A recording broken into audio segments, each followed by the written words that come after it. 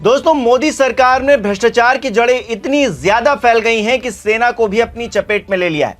सियासी दावों से उलट यह खबर जानकर आपके होश फाख्ता हो जाएंगे, सिर चकरा जाएगा। दरअसल नासिक में मौजूद आर्टिलरी और आर्मी एविएशन सेंटर से एक ऐसा मामला निकलकर सामने आया है जो भारतीय सेना की विश्वसनीयता और पारदर्शिता को चैलेंज कर रहा है।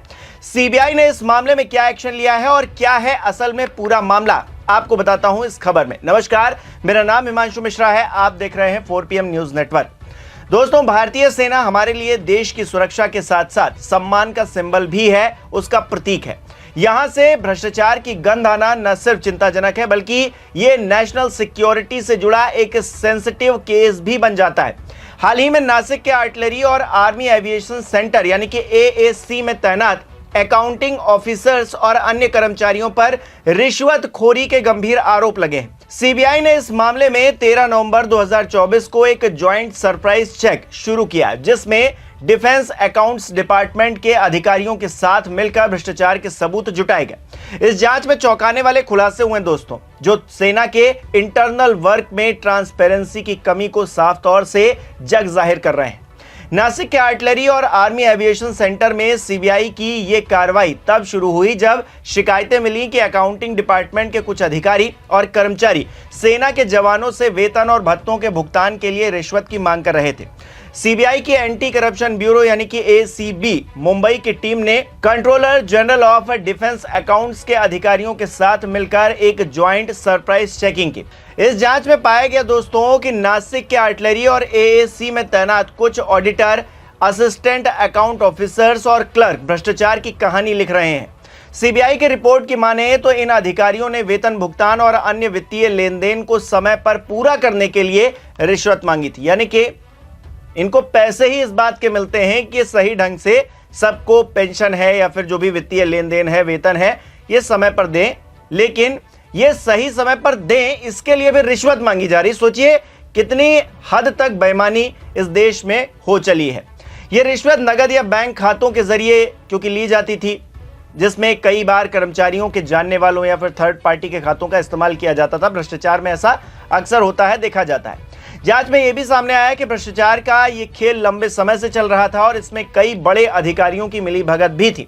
सीबीआई ने इस मामले में प्रिवेंशन ऑफ करप्शन एक्ट और भारतीय न्याय संहिता की तमाम धाराओं के तहत 16 लोगों के खिलाफ 11 मामले दर्ज किए हैं। इन धाराओं में आपराधिक साजिश, सिविल सर्वेंट को रिश्वत देना, अवैध लाभ लेकर प्रभाव डालना और बिना कारण अनुचित लाभ हासिल करना शामिल है। आपको ये जानकर हैरानी होगी कि ये मामला केवल नासिक तक सीमित नहीं है। सेना में भ्रष्टाचार के ऐसे मामले पहले भी सामने आ चुके हैं, जिसमें हथियारों की खरीद से लेकर राशन सप्लाई और भर्ती प्रक्रिया तक में अनियमितताएं पाई गई हैं।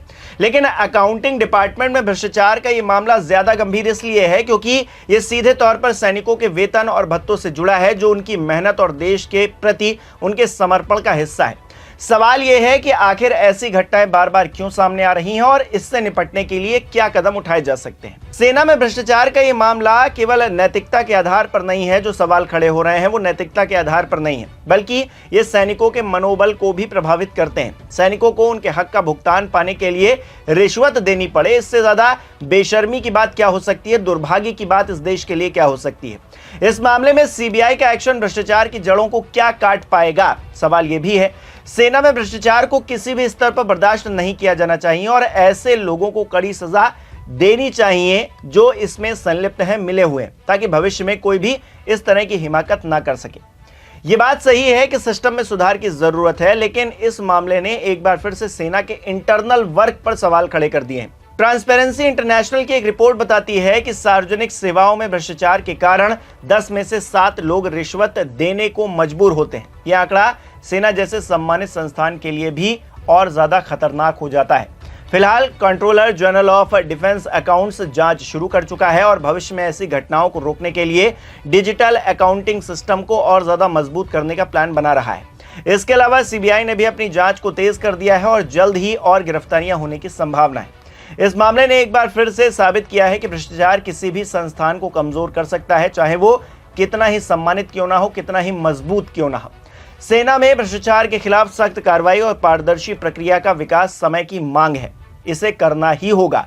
हम उम्मीद करते हैं कि सीबीआई की जांच से सच सामने आएगा और दोषियों को भी कड़ी सजा मिलेगी और इस सजा के साथ में एक नजीर भी पेश की जाएगी जो कि अन्य लोगों को भ्रष्टाचार करने से रोकेगी। आपको क्या लगता है इस मामले पर, हमें कमेंट करके जरूर बताइए।